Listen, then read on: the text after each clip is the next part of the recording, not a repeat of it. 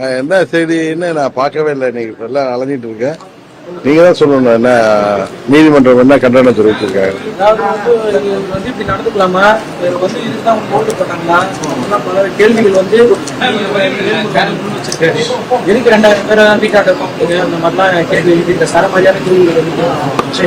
பாப்போம், பொறுத்து மறுபடியும் கோர்ட்டுக்கு வர சொல்லியிருக்காங்கல்ல, நீதிமன்றம் என்ன சொல்லுதுன்னு பார்ப்போம்.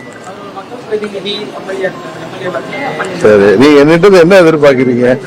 நீதிமன்றத்துல இன்றைக்கு வழக்கு வந்திருக்கு, நீதிமன்றம் முடிவெடுக்கும்.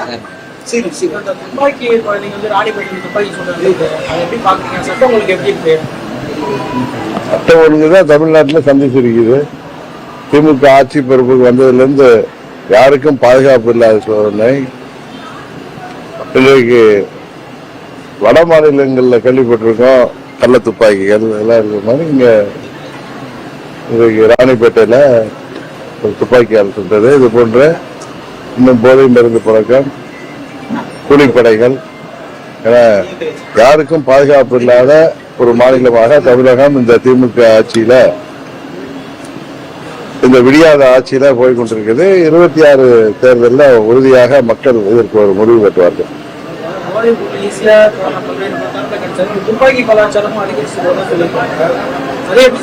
அதுதான் சொல்றேன், அதுதான் சட்டம் ஒழுங்கு சந்திச்சிருக்கிறது. முதலமைச்சர் ஏதோ தமிழ்நாடு மிகவும் அமைதியாக இருக்கிறதாக அவர் ஊடகங்கள் வெளியிலையும் சொல்லிட்டு இருக்காரு. ஆனா உண்மையில் அதெல்லாம் மக்கள் கொதித்து போயிருக்காங்க. இன்னைக்கு கூட தஞ்சாவூர்ல ஏற்கனவே 23வது வருஷத்துல அவர் போனப்ப அந்த விவசாயிகள் இது மாதிரி அந்த கரும்பாலையில நிலுவைத் தொகையை பெற்றுத் தரணும்னு வைத்த கோரிக்கையை அவர் அப்படியே ஓரமா போட்டதுனால இன்றைக்கு 2 வருஷம் கழிச்சு போறப்ப அவர்கள் அவரிடம் மனு கொடுத்து அதை பற்றி பேச வந்தப்ப அவர்கள் எல்லாம் இன்றைக்கு கைது செய்யப்பட்டிருக்கிறார்கள்.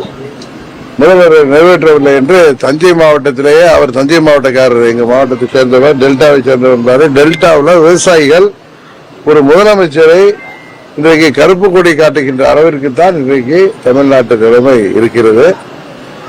எதற்காக சொல்றேன்னா, தேர்தல் நேரத்தில் அவரு கரும்பாலைகள்ல நிலுவைத் தொகையெல்லாம் பெற்றுத் தருவோம்னு வாக்குறுதி சொன்னாரு. கரும்புக்கு உரிய விலை, நெல்லுக்கு உரிய விலை கொடுக்கப்படும் சொன்னாரு. இது போல அனைத்து தரப்பு மக்களுக்கும், அது விவசாயிகளாக இருக்கட்டும், அரசு ஊழியர்கள், ஆசிரியர்கள், பகுதி நேர ஆசிரியர்கள், மருத்துவர்கள், செவிலியர்கள், நெசவாளர்கள், மின்துறை ஊழியர்கள் என அனைத்து தரப்பு ஊழியர்களும், ஏன் மாற்றுத்திறனாளிகள் கூட இன்றைக்கு தேர்தல் நேரத்தில் நீங்க வாக்குறுதியாக சொன்னதை நிறைவேற்றுங்கள் என்று போராடி சாலைக்கு வராதவர்களே இல்லை என்கிற சூழ்நிலையும், தமிழ்நாடு இதுவரை இப்படி ஒரு மோசமான ஒரு மக்கள் நலனில் அக்கறை இல்லாத ஒரு குடும்ப நலனை மாத்திரம் குறியாக கொண்ட ஒரு ஆட்சியாக நடைபெறுகிறது. இதற்கு நல்ல முடிவை 26 தேர்தலில் மக்கள் கொடுப்பார்கள். இன்னும் சொல்ல போனா கூட்டணி கட்சியை சேர்ந்த கம்யூனிஸ்ட் சிபிஎம் தலைவரே, மாநில தலைவர் சண்முகம் தான் அவரு, சண்முகம் அவர்களே இன்னைக்கு தொலைக்காட்சியில பேட்டி பார்க்கிற, இந்த ஆட்சி அடுத்த தேர்தலை தைரியமாக சந்திக்கணும்னா திமுக எல்லா சொன்ன வாக்குறுதிகள் எல்லாம் நிறைவேற்றணும்னு சொல்கிற அளவிற்கு தான் இன்றைக்கு இந்த ஆட்சி இருக்கிறது. பாஜக கூட்டணியில சர்ப்ரைஸ் இருக்கணும் அப்படின்னு சொல்லி நயினா நாகேந்திரன் சொல்லியிருந்தாரு. அந்த சர்ப்ரைஸ் வந்து அம்மா மக்கள் முன்னேற்ற கழகம் தான் அப்படின்னு பேசுபொருள் இருக்கு. அது என்ன சார்? சர்ப்ரைஸ் நாங்க ஏற்கனவே என்டிஏ கூட்டணியில இருக்கோம். வேற சர்ப்ரைஸ் வெயிட் பண்ணி பார்ப்போம். நாங்க 24 பொது தேர்தலில் மோடி அவர்கள் மீண்டும் இந்தியாவின் பிரதமராக வந்தால்தான் நாட்டிற்கு வளர்ச்சிக்கும் பாதுகாப்புக்கும் உகந்தது என்கிற முறையில் நாங்கள் அந்த கூட்டணியில இருக்கின்றோம்.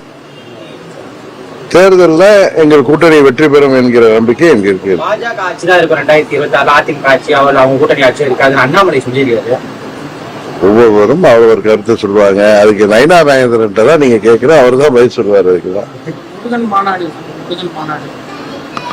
ஆமா, மாநாடு 22 நடக்குது. ஒரு மாநாடு, ஆன்மீக மாநாடு, அரசியல் மாநாடு திமுக குற்றச்சாட்டு வச்சிருக்காங்க.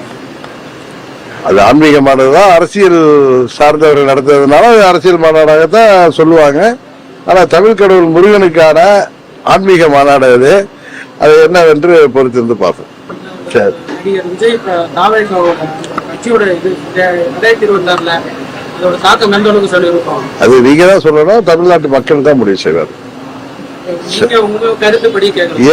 என் கருத்து கூட்டணி அமைக்க வேண்டியது இல்ல அதாவது இன்னொரு கட்சியை பற்றி, அதுவும் நம்ம அம்மா மக்கள் முன்னேற்ற கழகத்தை பற்றி யாராவது அதை விமர்சித்தால் அவர்களுக்கு பதில் சொல்லலாம்.